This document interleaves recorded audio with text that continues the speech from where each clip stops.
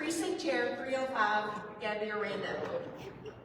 She also is a Spanish translator in case we need that in the evening.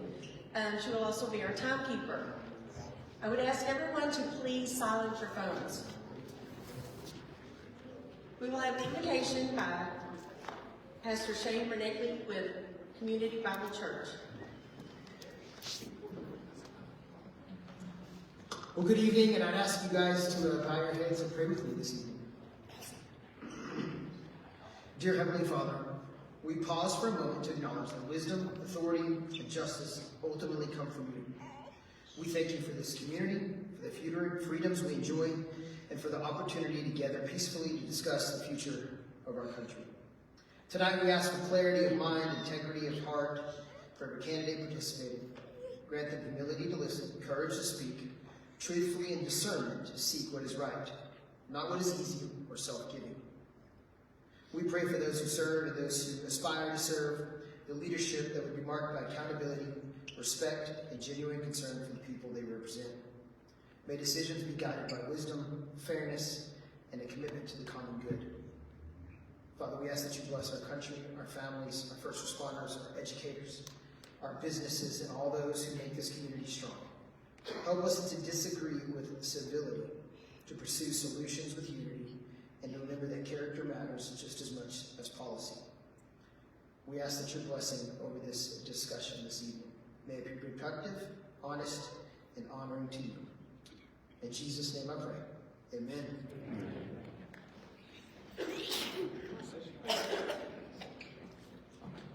Ladies and gentlemen, will you please rise and remove your hats for the presentation of colors by the Ector County Sheriff's Honor Guard. Stand by. Color guard. Attention. Carry. Cut. Cut. Forward. March. Our Honor Guard is supported by Juan Lujan, Juan Lerma, Don Riddell, and Francis Bourne.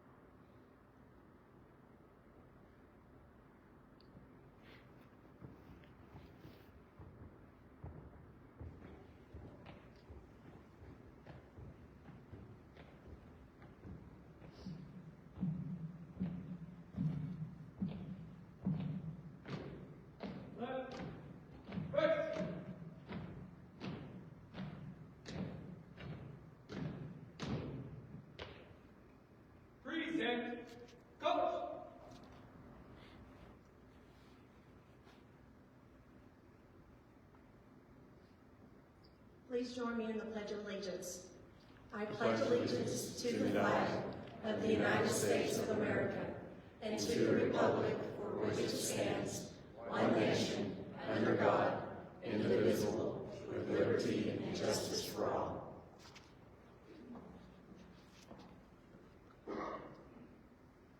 Please join me in reciting the pledge for the Texas flag. Honor the Texas flag. I pledge allegiance to thee, Texas, one state, under God, one and indivisible.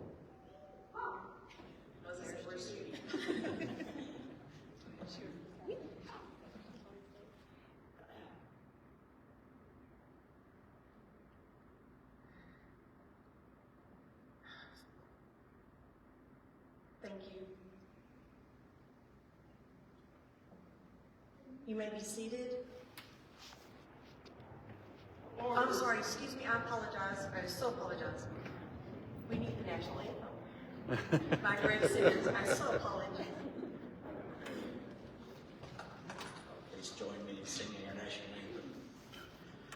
Oh, say, can you see by the dawn's early light what so proudly we hailed at the twilight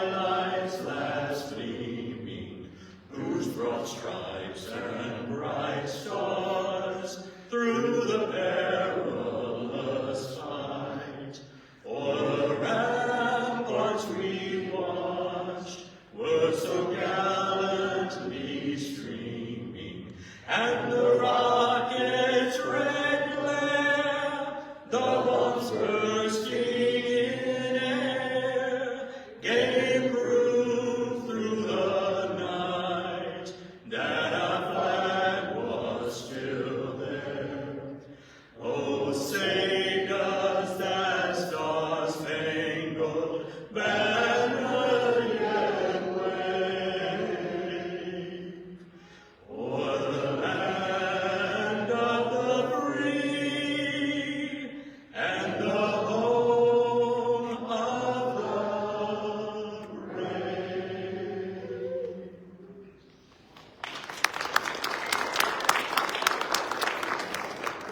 Thank you very much. Order. Colors. Post colors. Prepare to post.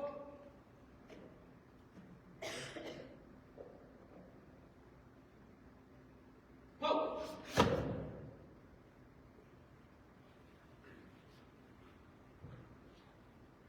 Go. Present arms. Order arms. Right fist. Forward march.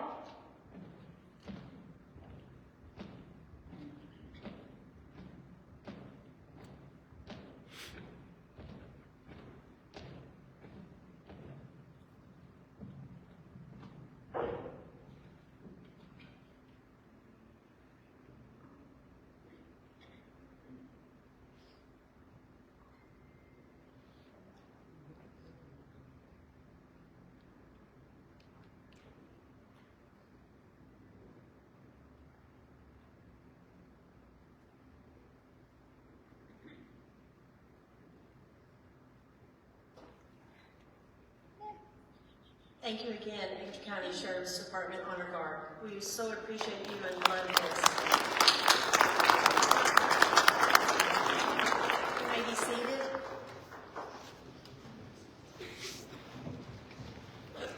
Forums like this are informative for voters and vitally important that we as citizens work to be educated on our local candidates and issues. Once we are educated, we must make sure our voices are heard and our votes count. Your vote, your voice. I'd like to welcome and thank you for attending this job interview. It's very important that you know what each candidate's mission is about, what their mission is, their vision is, and their values defined. Mission statement is what? Defines the organization's purpose, primary objectives, and who it serves. It acts as a guide for daily operations and decision making. A vision statement is where, describes the desired future state and long-term goals. It inspires employees and provides a picture of success. Value statement is how, outlines the core principles and beliefs that guide behaviors, decisions, and organizational culture. At this time, I want to welcome all of the 2026 primary candidates. As I call your name, please come forward on the stage and remain on the stage until everyone has been announced. State Senator District 31, Kevin Sparks. State District Representative, District 81, Brooks Langrath. District Judge, 70th Judicial District, Den Whalen. District Judge, 244 Judicial District, Lori Crutcher Ruiz. I said that backwards, Lori Ruiz Crutcher. District Judge, 358 Judicial District, John Strode. County Judge, Dustin Fawcett.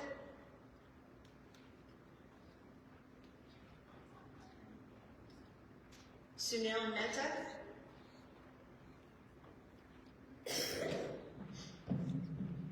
Judge, County Court at Law 1, Brooke Hendricks.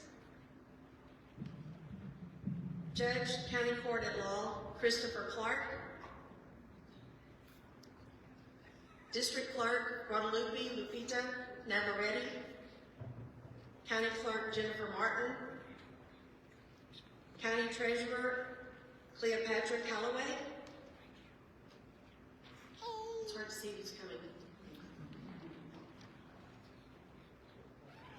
Her opponent, Amanda Prieto Snyder.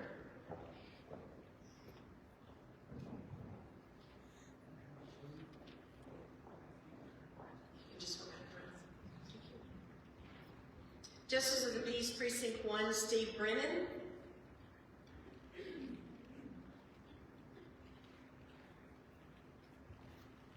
Incumbent, Carlos Chavez.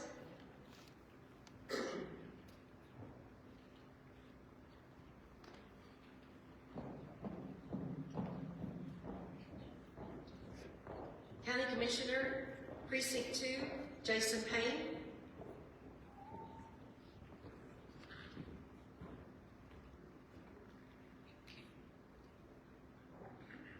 James Poor.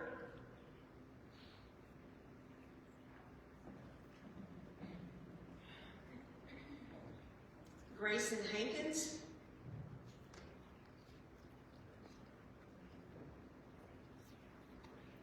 Don Stringer.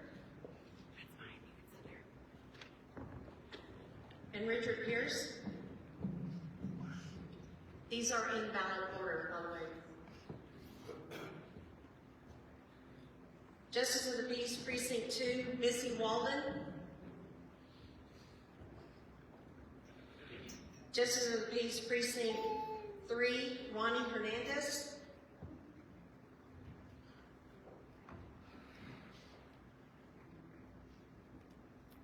An incumbent, Bill Bowen.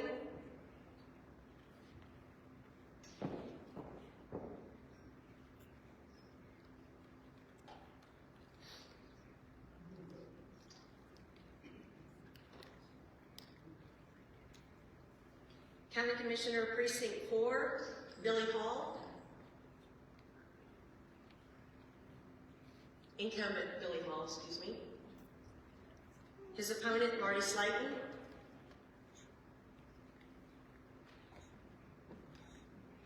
Justice of the Peace, Precinct 4, Martha Acosta. And incumbent, Elizabeth Baeza. And I'm County Chair Donna Count.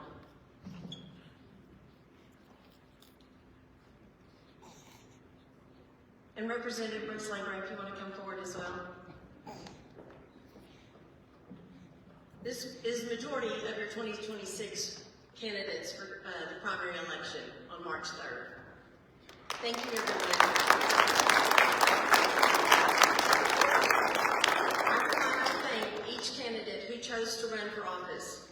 Anyone can yell from the bleachers or the back row, but you all took a step forward and put yourselves center stage, literally, to stand on your principles for the people of this county. I applaud you for being willing to lead in a time where leaders are needed. We need more Odessans to be ready to step up for future positions. I tell everyone, you need to ask God for guidance first and foremost, then family.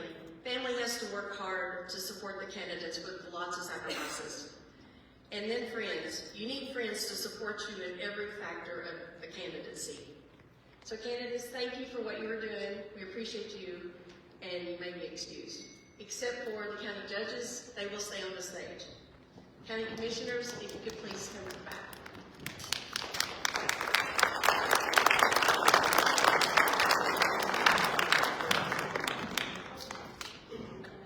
We will begin. We're going to be a little out of context. We're going to start with our county judges.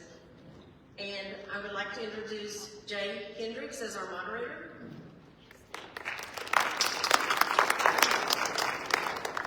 And Gabby Aranda, she will be our timekeeper.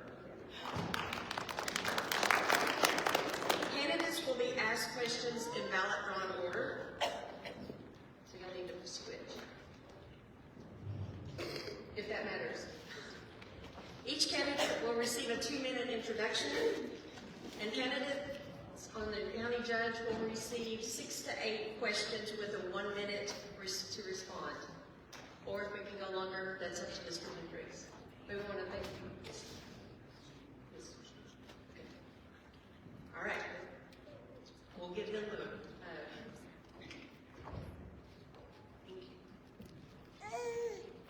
guess I'm their hiring manager tonight, so we'll see how this goes. Thank you all for coming, by the way.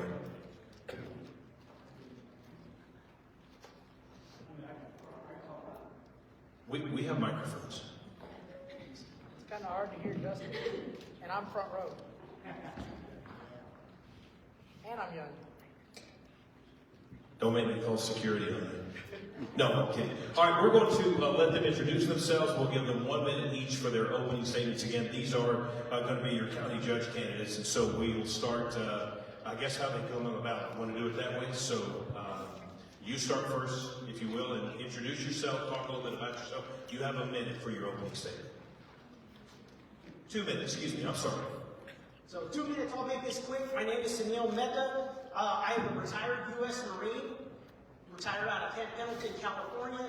Came over here with my wife to Odessa, Texas. So I'm really just a grassroots veteran that wants to do better for the community. Thank you for your service, too, by the way. Thank you. You're very welcome. Good evening, and thanks everybody for being here. 4 years ago, I first ran for this office because I, like many of you, believed Ector County deserved better. Better infrastructure, smarter governance, and I think elected officials that really reflected the citizens that they served. I didn't want to continue to see a lack of focus. We didn't want show ponies, we wanted workhorses. We wanted practical plans, not petty politics or political promises. We wanted actual game plans, thinking of the future and taking initiative.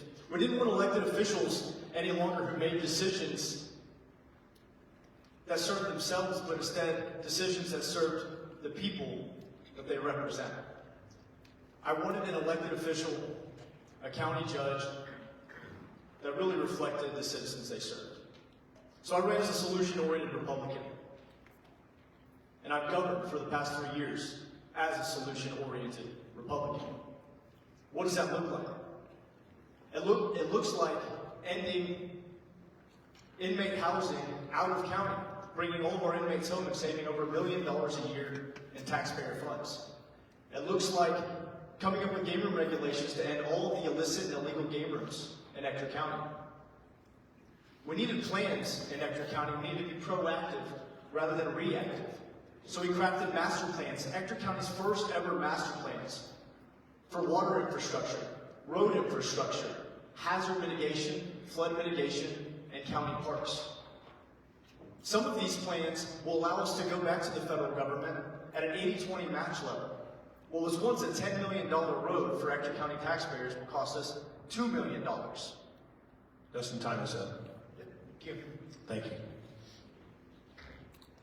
We're going to start our interview. Sunil, I will start with you first, if you are ready, sir. If you will, please describe your approach to difficult votes, especially if there is public pressure. It could be on both sides of an issue. Could you talk about that, how you would address that? You have 1 minute. So let's say it's a vote that may have both sides of an issue, and so you have to decide on that. If there's public pressure on one side, so you just need to decide how you are going to approach this, how you would make a decision, and how you would address both sides, if you would. So essentially, when you address an issue, Use your microphone, please. Yes, please. They're going to want to hear you, please. is it on? Yes. So any kind of issue, it comes down to the voters. So you want to talk with both sides. You want to try as best you can to come up with a reasonable solution that fits both sides. But ultimately, you're going to have to take, the best plan from each one, kind of combine them, and you're going to have to make a decision. A good decision or a bad decision made quickly is better than a good decision made too late. Those decisions can always be fixed, they can be readjusted, but if you're too late on making a decision, that's it, the time has passed. Dustin, how would you work with officials who fundamentally disagree with your achievement of results? I mean, You've been through this before, I know, but how would you deal with that? You know, we never let a disagreement over policy get in the way of personal interactions. Nothing is ever personal up there on the dais. I think that the 5 members of the Commissioners' Court are all truly trying to achieve the same goal, which is benefiting the citizens of Ector County. And so whenever you come from that and understand that we just have different avenues, different pathways in getting to the same result at the end, you come from a basis of understanding. And then you hash through those details. Where are we veering off course and differences? And you do cost-benefit analysis, and you weigh these concerns with them. And sometimes it's budget-related. Sometimes it's how a department interacts. You know, we have nearly 48 departments and elected officials combined. And so you have a lot of pulling different directions and abilities of all of these folks. And so weighing those into consideration, as well as to where the background is of each commissioner, and understanding that they each have their own tools to bring, really allows us to get through any challenging decision and ultimately ends up with 5-0 votes. Your time is up. Thank you. We're going to move now to roads and infrastructure. So, Sunil, again, I'm going to start with you each time, if that's okay. How would you ensure road and bridge projects stay on time and within budget? So staying on time and staying on budget is, that's priority number one. You've got to come up with a plan. You've got to present that plan to the voters. You've got to do the cost analysis and show that, what it's going to cost the voters. And essentially, you've got to just constantly stay on top of it. You've got to be out there, essentially boots on the ground. And if you have to physically go out there to check the progress, you physically go out there to check the progress. Because at the end of the day, fixing roads, fixing bridges, we work for the voters. So that concern needs to be addressed. And if it means going out there, then you go out there. And then you take the information that you got and you present it to the voters. You need to have that accountability and that transparency. If there's any kind of hiccup along the way, present it to them. I'm sure, I'm positive the citizens in Ector County are more than willing,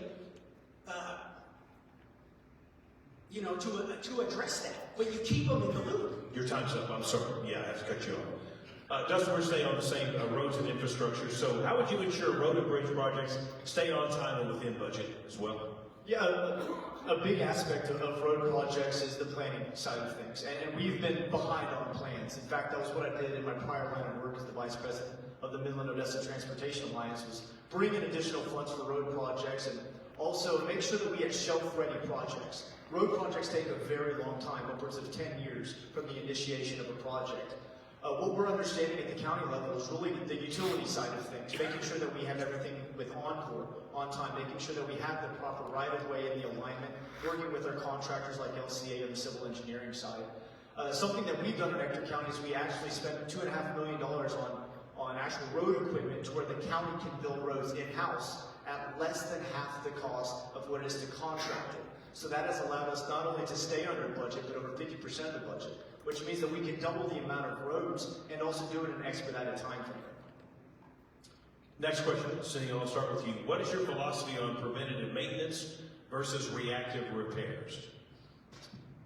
So my philosophy is preventative maintenance is key. That is huge in the Marine Corps. We don't have time to go back and fix things that were preventable. We do preventative maintenance, and we have it on a cycle constantly. That is at the forefront of any kind of platoon, whether it be an infantry platoon, whether it be a communications platoon, a maintenance platoon for vehicles. You keep everything on a maintenance cycle. The more you keep on a maintenance cycle, the less taxpayer money you have to spend on repairs. Thank you. Dustin, for you, how do you balance growth and infrastructure strain? How do I balance growth and infrastructure Strain? strain? Yes, that's where, as I discussed, all these master plans, we've always been reactive rather than proactive. And so we had to get ahead of some of these projects. We got a $2.3 million build grant better utilizing infrastructure for leveraging developed from the Federal Highway Commission for our roadways. And actually what we're working on now is getting over 700 acres of an outer loop donated, connecting west 866 and west of SF 866 to US 385 for a future outer loop at a 500-foot right-of-way. We're planning for 500 feet because that could be a future interstate designated outer loop that will ultimately culminate around Midland and Ector County. And so we always have to stay ahead of these things. We have to catch up from the past, which is why you're seeing a lot of actions being taken place by this court now, but also why we felt the need to initiate game plans in order to address those.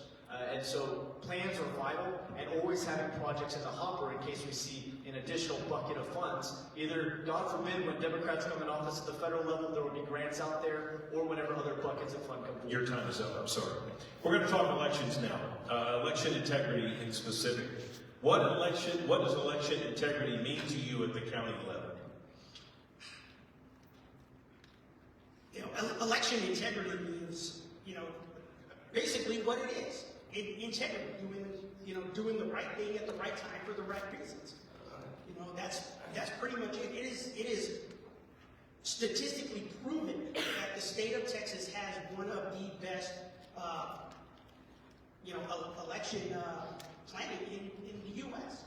So when it comes to the integrity of election planning, I being somebody who's voted on prior elections, I am fully confident in the ability of this elections office. I would have no reservations about the integrity of that office. None.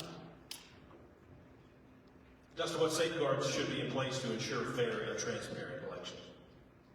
One of the things that we initiated this most recent election, if voters will recall, was a smoother process on the front end for voters to go in there. No longer are they using the laptops and the ticker tapes and all of that, but instead we have a tablet for folks to just scan their ID. Voter ID is a necessary way for election integrity. But ensuring that it is as smooth as possible to not prohibit our already terrible numbers in Ector County. This primary election, maybe we'll get 10,000 to 12,000 voters, when arguably there's 200,000 citizens in Ector County. Finding every way to streamline that, where those who are eligible to vote can go in and vote. And that's something that we've taken pride in all of our elections, and having different public tests and making that available to the public. That way they're practiced and ready to go in. That way they have no reservations about exercising their civic duty. Let me take this a little further, and I'll ask you both the same question. What role should county leadership play in educating voters? So I feel they should have let me back up. When you say education, elaborate what you mean on education. Well, how should you play? So if there's something in particular you are educating, or you are leading the county community as leadership and you're wanting to get this out there, how would you tell voters what it is, and how would you educate them to know what you want out of this? Does it make sense? The message you're trying to send to them. Okay, so the message you're trying to send, when you have a plan, you send it out any single way that you can. You have town halls, you can send it out through Facebook, social media.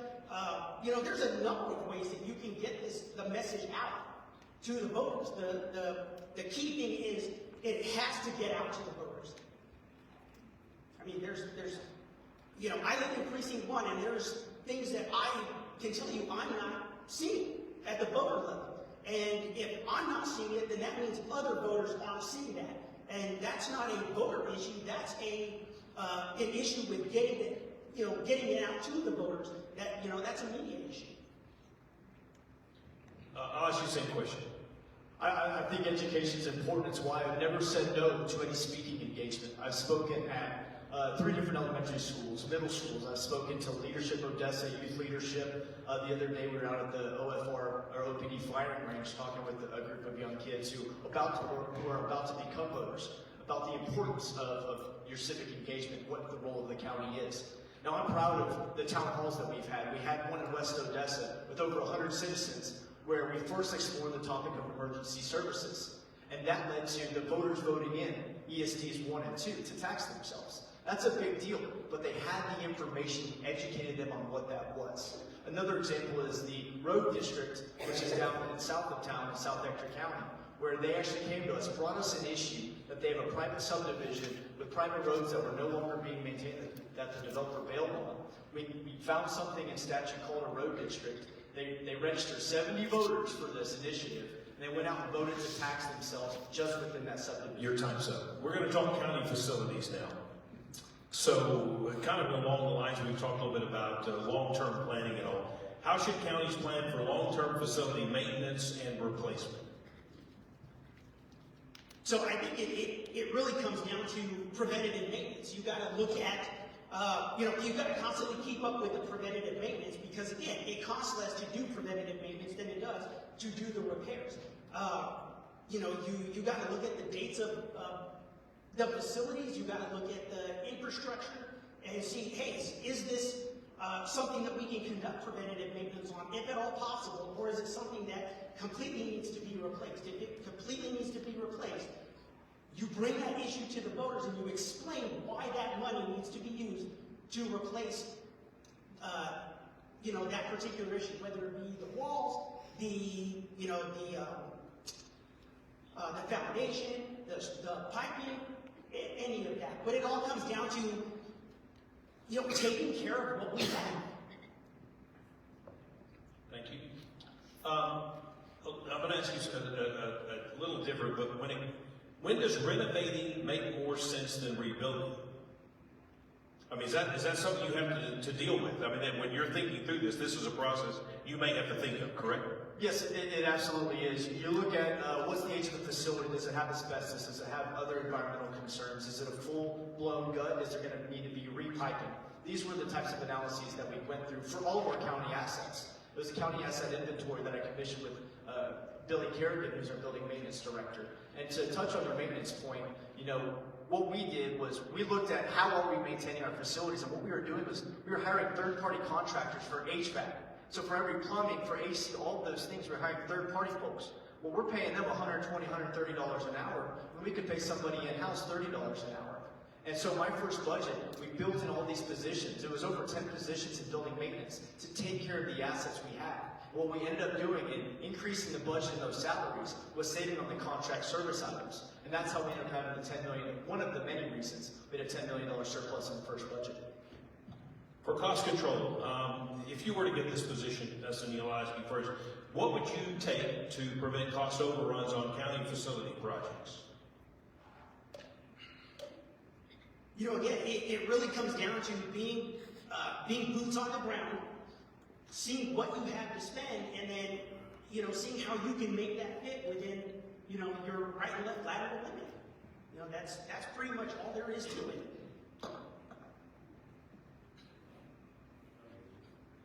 Okay, we're going to go to contracts and administration. I'll start with you, Dustin, because we just asked him. So what process should be followed before approving major contracts? So we're blessed in Ector County to have a wonderful county attorney in Julie Prentice. She just took office this past year, or in 25, and she's been phenomenal. She's someone that we can rely on for all of these contracts. We also have in our Commissioner's Court's office, John Henderson, who is our Commissioner's Court attorney and also our grant writer, one of our greatest budgetary finds in our first budget when we put him in. And we have those to review all legal aspects of the contracts. Now, we look at the terms and all of that. They double check all of the language. There's certain things that vendors like to put in that counties can't do, indemnity clauses and all of that. So I review every single page of every document. We find some silly mistakes at times. And so we have a vetting process through each of those contracts. And we've been pretty proficient at upgrading some of the contracts that were up for renewal. We actually went back to the vendors and said, we need to relook at this. This is not an appropriate contract for Ector County. And so we're fortunate that we have an incredible team in Ector County. Let's talk debt management. What's your philosophy on county debt? So honestly, my philosophy on county debt is we need to manage the debt that we have now before we, approve and move forward with projects that put the county in more debt. We need to look at, what can we do at the local level to reduce the amount of debt, which reduces, the county debt and reduces the individual debt on the taxpayers. But you can't move forward and keep kicking the can down the road. You're just creating a bigger mess. You need to deal with what you have on hand right now, work to get that under control, and then you move on. If the voters feel that, they need to move on, or if we need to stay here, keep addressing this, then we stay there and keep addressing it. Same question. Yeah, so this is a great question because it's part of, and it goes back to the education question, is we held a public meeting in an evening where I broke down county tax rates, and that there's actually different tax rates. There's an M&O, maintenance and operating, and then INS, your interest in sinking, which is actually your debt service. And also we have a farm to market lateral road and a sales tax fund. Different buckets of revenue and different expenditures come out of those. Whenever it comes to the county tax or the debt service, we're in a comfortable position. I think it's one that we don't have to look at going out for more debt anytime soon. We took that burden off any future commissioners who worked for decades. We addressed the elephant in the room, and we were proud to do so. But what we now need to do is worry about expanding the tax base, the taxable value in Ector County, because the actual tax rate in that INS is based on the taxable value in Ector County, which is $24 billion. How do we expand that? By bringing in big corporate operations, perhaps large-scale data centers, GIS, different things in the technology sphere that are big operations that increase those values. We're talking multi-billion-dollar projects, which will lower that tax. Your time's up. We're going to move now to community representation. A question for both of you. I'll start with you, Sunil. How will residents from your precinct reach you, and how often will they hear from you? So residents from Precinct 1 will hear from me a lot. I mean, I live in Precinct 1, and I have no intention of moving. That is where I'm at. It provides me the best ability to see the issues that are going on in Precinct 1. You know, I take my son for drives, you know, quite often. So I drive around Precinct 2, 3, 4, and I make mental notes and I see what's going on and what needs to be addressed. You know, my business card has my personal cell phone number. People can reach me through my cell phone number, email, Facebook, 24 hours a day, 7 days a week. If it's something that is not immediately urgent, I will let them know, hey, let's pick a time where we sit down and address this. If it's urgent and it's something they need to know right then, I give them the best plan I can think of right then, you know, to fix the issue. And then we look at what we need to do later. Okay, thank you. Your time is up. What's your response time expectation? If somebody reaches out to you and has concerns, what's your time limit? What do you think is how soon you should get back to them? I'm typically same day. We have an open door policy in Ector County. If a constituent shows up at the door, unless I have a court case in my guardianship, in my constitutional county court, that's actually time sensitive, then I meet with them. And I've had some of the best ideas from constituents who came in and spoke with me. And they've been the best advocates for Ector County out of that. All of our best ideas, like I said, the ESDs, the road districts, all of those have come from constituent interactions. And it's been Facebook, next door, phone calls. I always answer my phone call, except when it's at dinner, our family eats dinner. All at the dinner table, all three of my kiddos, no cell phones allowed, unless Sheriff Griffiths calls me. He's the only one that'll make the exception for me. But nobody else gets to interrupt that family time. Other than that, I am a public servant, and I'm always open to all those conversations. And the best ideas come from the civic engagement, which is our government process. I'll ask you the same question. How quick do you think you need to respond if someone reaches out to you? I mean, it really depends on the situation. I mean, look at the issue we just had with, you know, the winter weather hazard, right? We got a lot of snow. There were people that reached out to me. I wasn't able to reach out in the time frame that I wanted, but I was also dealing with the situations the same way that they were. You know, like I said, I'm boots on the ground. I live in Precinct 1. My front yard is really nothing but mud. So I'm dealing with it the same way that they are. But I will get back as soon as I possibly can. Because as a public servant, we constantly have to remember that we work for the voters. We work for the citizens. So I need to be available.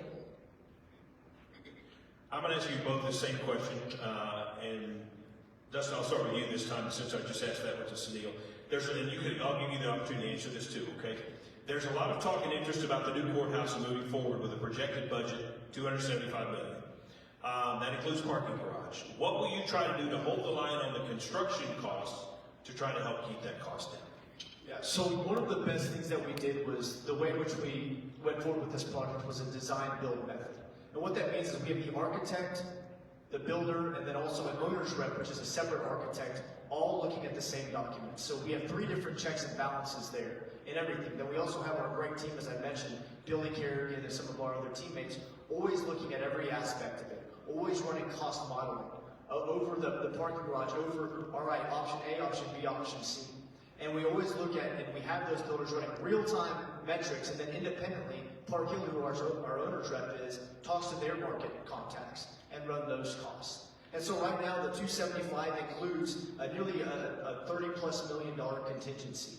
And so again, the courthouse isn't that, the parking garage is approximately $30 million of that cost, and there's other soft costs due to utility adjustments and everything else going on. The good thing is that the 325 issue, there will be substantial funds being returned because of the juvenile detention project as well. Your time's up. I'll ask you the same question, okay? I'll ask you about this, because you're looking at the cost. You're going to be coming, if you were to win, you'd come in and you'd take this over. So now how do you keep costs down and make sure that you stay in that budget? So you keep costs down. Well, first off, I don't, it was mentioned about a plan A, a plan B, a plan C. I didn't see any of that as a voter. So, coming in, I have to look and see, what is the projected cost? And is there a way, any way that we, structurally, you can't cut on cost? Because that's going to cause a huge problem later on down the road. But you see, since the ship has already sailed on that, you got to see at this point in time, what can we do to keep costs down? Do we have a different vendor that can produce the same item at a lower cost while still keeping up the integrity of the structure and the safety? Or do we just have to use this single source vendor? I don't know how we're on time, but I'm going to give them each time to kind of close things out here. But I'll start with you, Sunil, since you are first on the ballot. If you will, let people know why they should vote for you and what you think you bring to this position and why you wanted to run for it. So, I feel that they should vote for me. Hopefully, I want to earn their vote, right? Because at the end of the day, I am just like they are. Yes, I might be an elected official, but I'm still boots on the ground. There's no difference between me and them. And the only way that I can address issues is if I'm in the trenches with the people and I've seen the issues that they're going through, and they're coming to the office to help me understand these issues, so that we can come up with a solution. Some of our best solutions, Dustin was right, they do come from the community, but they also come from the employees within Ector County. Some of the best talent I have seen has come from the Ector County employees. Same question. Why should we keep you if people vote that way? In these campaigns, and you're going to hear it over the next few weeks among all the different candidates running, is there's a lot of promises that are made. And the good thing is that you don't have to rely on any promises I've ever made. The proof's in the pudding. The results are there. You look at the action that's taking place, as palpable what's taking place, the cooperation between the city and the county and the hospital and Odessa College, all these entities, and even the school district, the cooperation, the planning, the initiatives, being proactive, being on the front foot. You don't have to hear me say, well, if you just give me another term, these things will happen. They're happening. And we're proud of that. Our team has gone from a culture of, that's not my department, to how can I help? And that's something that culturally you speak with any county employee, and many of those elected officials who are up here, we give them the tools that they need in order to be successful, in order to properly serve the citizens. And we're proud of that effort. We're proud of our track record. Everything we've done over the past 3 years is ahead of the 5-year strategic plan that I crafted before I took office. It's ahead of the amended plan that I did after I received those plans from my other directors. We're proud of what we've done. Your time's up. Can we give them both a round of applause, please?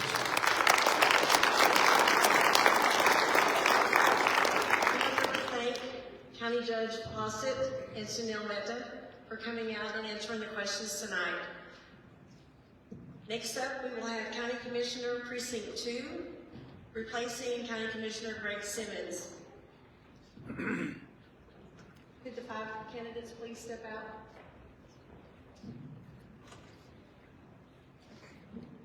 I do want to say a big thank you to Stephen Biella from the Midland Commissioners Court in and also with Greg Simmons, our County Commissioner of Precinct 2, that helped us with all these questions, and I think they're very good.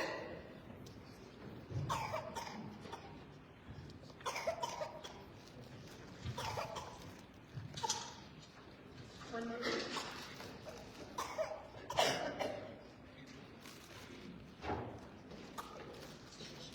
So once again, we have County Commissioner Precinct 2, Jason Payne, James Ford, Grayson Hankins, Don Stringer, and Richard Pierce.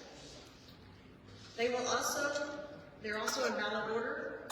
Each candidate will get 2 minutes introduction, and each candidate will receive 5 to 7 questions with 1 minute to answer.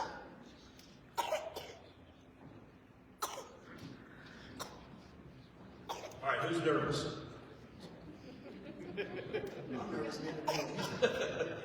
Why? Why? Don't be nervous. Okay. First off, give a round of applause, please, if we can, for all these folks who are I wish you all the best of luck, too. Okay? Jason, you're first, so we're going to start with you. Let's talk about decision-making. This is policy and governance. Okay? Can you give an example? Let's see. Let's do this one. Describe how you approach difficult votes when there's public pressure. I'm sorry?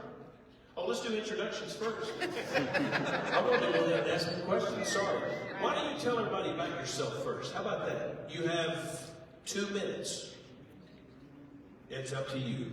If you want to stand, you stand. If you want to sit, you sit. Stand. Stand up, they said. They just said to stand up. Well, good evening. Thank y'all for joining us today. My name is Jason Payne, and I'm running for County Commissioner for Precinct 2. Me and my wife were born and raised in Odessa. We love this area. We're small business owners. We've been married 16 years and have a beautiful 14-year-old daughter. We put so much in this community of raising her and our family. Like I said, we just love this area. We've been going to church at First Baptist for the past 8 years. I've also been on the finance committee for 4 years. I currently serve on the personnel committee. We started our small business venture in Odessa, opening Payne's Gym in 2014 and Trinity Family Medicine in 2019.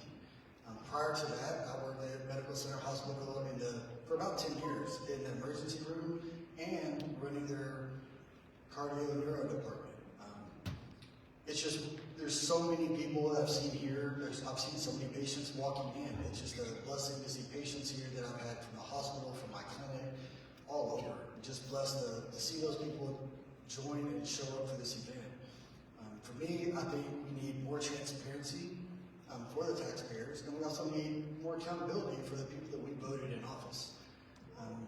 90% of my job at my medical office is talking to patients and listening. I will take that same communication I have with my patients and have the same thing with our taxpayers, and that's what we need. The reason I wanted to run is there's lots of decisions that are getting made around the public and not with the public. Thank you. Good job.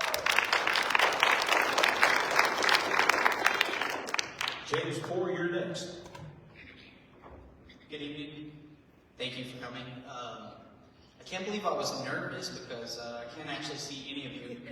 So that makes my job a little bit easier. Good, because they're naked out there. But no, my name is James Ford, and the first thing I'm going to tell you is I give all praise, honor, and glory to Jesus Christ. Amen. King Jesus, just as the Son of Man came not to be served, but to serve, that is why I'm running. I'm running not to govern over the people that I would serve, but rather create a partnership with the people that I will actively be serving. Partnership with the community through what I would call Dinner with the Commissioner, where it's a monthly meeting that I plan to host in the evening when families are most readily available, where I can see them face to face, and they can hold me accountable, and I can be transparent with them. One of the reasons I decided to run is because I was just sick and tired of every political candidate ever running on transparency. But you know, I'm not going to offer empty promises I'm going to develop programs that will help fulfill my promises to you. I also will partner with every county department head county-wide so that we can develop proper planning and we can develop a vision for the future of every department so we can better serve the community. As well as I have been campaigning about bringing a grant writer. This December, they had actually appointed a grant writer, which is an incredible accomplishment for the county. That'll do wonders for us. But proper use of the leaders in Ector County, networking with the officials that are over every department. Your time's up. I'm sorry. Thank you. Good job. Grayson Hankins, your turn. Hello, I'm Grayson Hankins. I'm a third-generation Odessan. I have run a business for nearly 30 years, small business, and I have volunteered at my church my whole life. I have served on local boards and committees. I have been the president of school booster clubs, and I've been chairman of the Odessa Chamber of Commerce. You know, I think we're at a critical point in Ector County. I think we have issues with our infrastructure that need to be addressed, and they are being addressed, but that still needs to be done. I think we need to be looking at ways to provide better police services and emergency services for our county. I think there's, in not so distant future, I think we're going to have issues with water. I think we need to address those things now and be proactive rather than reactive. And at the same time, we need to keep our taxes low. You know, we need to look at the budgeting process in a way that keeps that the taxes low. We interface with other taxing entities so that we're not duplicating services. You know, we have a opportunity, you know, with the rest of the other 4 taxing entities in Ector County to make our community better, and I think that's important. But it comes through communication. We've got to have better communication from the Commissioners Court to the public the voters, and you know, I think a lot of times that there are projects that need to be done or that are being done, and people really don't know what's going on. And we've got to communicate better and communicate better within the city and within the county. And I thank y'all for the opportunity to run, and I am glad to be here, and thank you so much. Your time's up. Thank you. Don Stringer. I want to take the use of lights. Kind of blind. Hi, I'm Don Stringer. I'm a lifetime Odessan. Been a real estate agent here for 29 years. I have 2 beautiful daughters that between them have given me 5 great grandkids that in my spare time, that's where I'm at. I'm pitching the ball or pushing a swing or something like that. I also have been volunteering in my church all my life, and I started coaching youth sports here in Odessa when I was 19, and I just recently passed that on to the son-in-laws. Love volunteering. Being a commissioner is not a political job. It is a service job, and I take from my real estate business. I mean, the only thing you have to offer in real estate is service. You don't have a product, and I take that service that I offer to the Commissioner's Court and pass it on. And my phone's always on, available, emails, whichever. We have a huge budget right now, and it needs good management. And I feel like my past experience as a commissioner, I can bring that back to the court. The court's not lacking now, but I just want to make sure it doesn't lack in budgetary decisions. Thank you. Richard Pierce. Hello, I'm Richard Pierce. I want to thank each and every one of you showing up tonight. Like the other 4 men behind me, I'm a lifelong Odessan, longtime member, active member of Sherwood Baptist Church, None of these gonna show it, they must have First Baptist, I believe. But, we all got that in common, and we believe we all need to serve. Cindy and I have been married for going on 47 years. Been in the same precinct too for 40 plus years. We've got two beautiful, wonderful daughters who's giving us 5 good great-grandchildren. We're not great-grandparents yet, but grandchildren. With my past experience with full-time million-dollar budgets, I retired from the plumbing business. I own the plumbing business. I run a large company. I was responsible master plumber for a company that had about 85 employees. We had multi-million-dollar budgets. We did huge projects. But I'm just like a lot of you out here. Now I'm retired. And my wife's retired school teacher here in Ector County at Pease and Bowie Middle School. We live on a budget. We don't need taxes raised every year. That's part of the reason I'm running. And I believe my leadership in business, my leadership in running a company will be an asset. So, like I said, we need to live within our means. We're going to do the projects, courthouse, the library, but we need to make sure they stay on budget. Make sure change orders don't get out of hand. But that's where I stand. Thank you. Your time's up, sorry.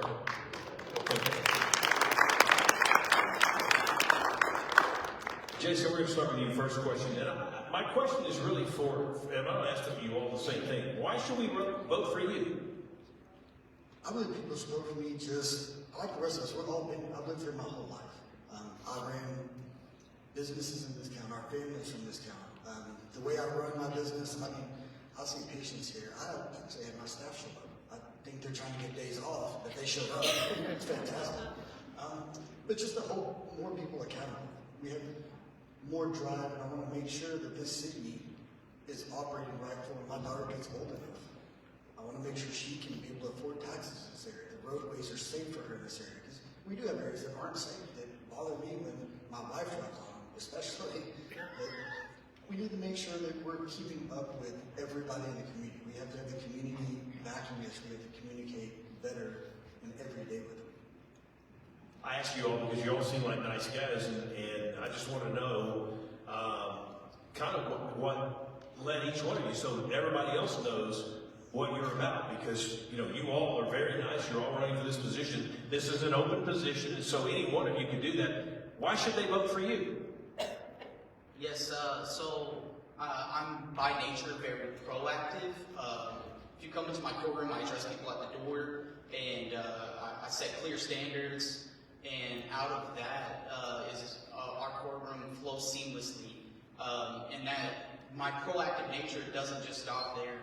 I want to do many things with this county that I think we should have been doing for a long time, like DWI courts, drug courts, veteran courts. All those things come with a ton of state and federal funding. It makes no sense to me why we don't currently use them, or why we haven't taken advantage of them up until this point. I think that it's time for a new age in Ector County. For many years, we've had the same things, bringing in chicken places and for a long time game rooms.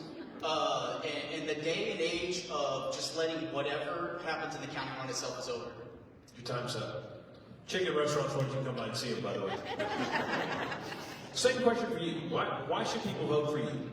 Okay, well, growing up here, I love Odessa, and I love Ector County, and I think it's something that my kids grew up here. My wife works for ECISD, and at the same time, there are certain components that I think we're lacking. I think in the last 20, maybe 30 years, I think there's some things that we've kicked the can down the road, and our community could be much better. And the problem with that is, how do you fix these things without raising taxes? And to do that, we've got to expand our tax base. And we do that through economic development. We see that in the Bass Pro Shop came and everybody's excited. I'm probably as excited as anybody, but it really benefits Midland. Odessa will get a little bit out of it, but we should have put that in Ector County. And there's a lot of land that's underdeveloped that we could gain economic value from and keep our taxes low while still being able to provide different things. Your time's up.